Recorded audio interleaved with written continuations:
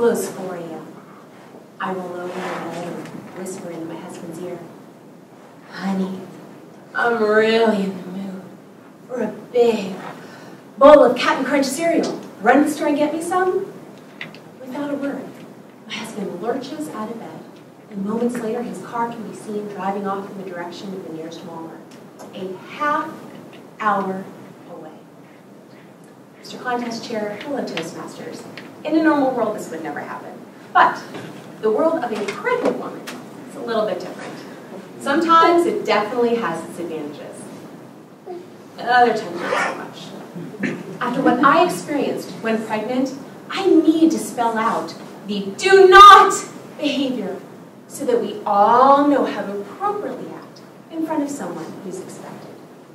Now, in case you didn't know, a pregnant woman blocks out thoughts of the actual pregnancy and upcoming birth. She really only thinks in terms of cute baby pudgy faces and miniature pastel outfits. Do not stomp on this baby euphoria with comments like, "I heard on GMA the other day that 1 out of every 100 doctors is practicing without a medical license." Ah! That comment definitely caused some unnecessary panic that evening at my house. My poor husband walks in, I'm bawling my eyes out, and all I manage to blurt out is, "I don't think Dr. Seahawk is a real doctor!" Needless to say, my appointments with my doctor did continue. And so, unfortunately, did those customary weigh-ins. Now, at one of my appointments, I was informed that I had gained 13 pounds in 1 week.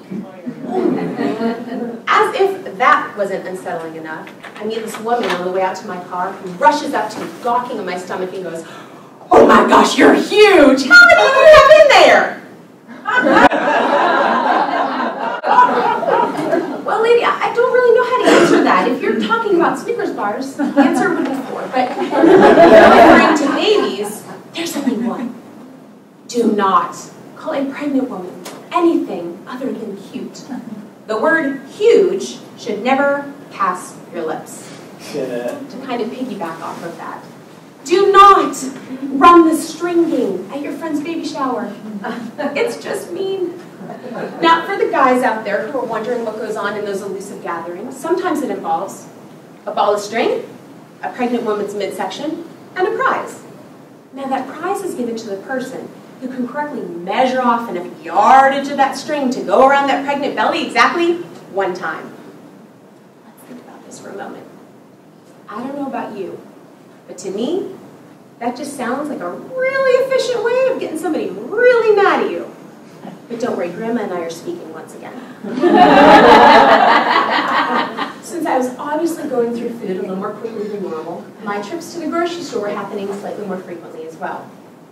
The last thing I ever expected as I was reaching for a tub of butter was to have someone lift my shirt and expose my 8.5-month pregnant belly to all of aisle 10. As I confusingly swatted away the hands holding up my maternity top, who was standing before me?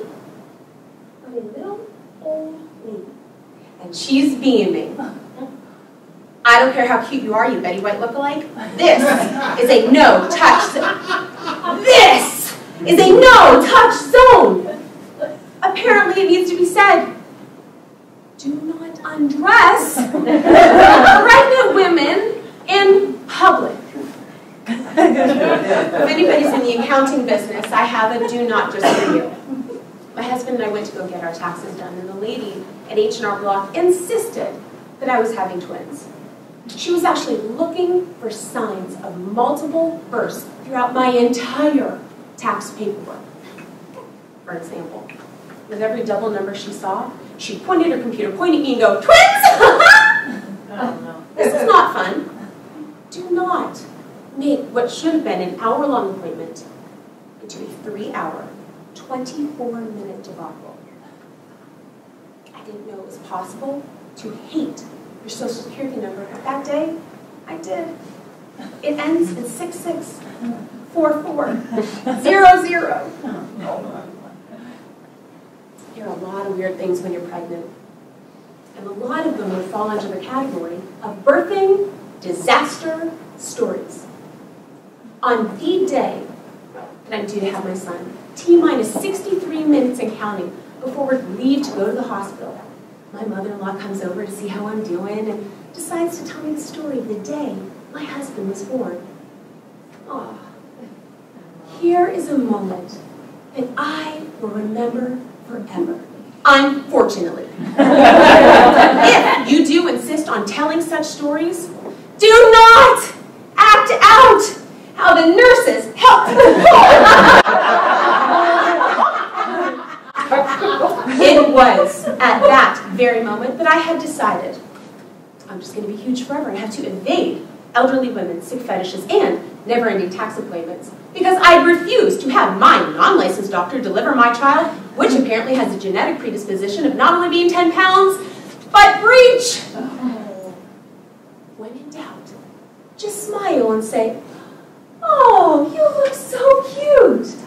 And feel free to add, "How about a big bowl of Cap'n Crunch?"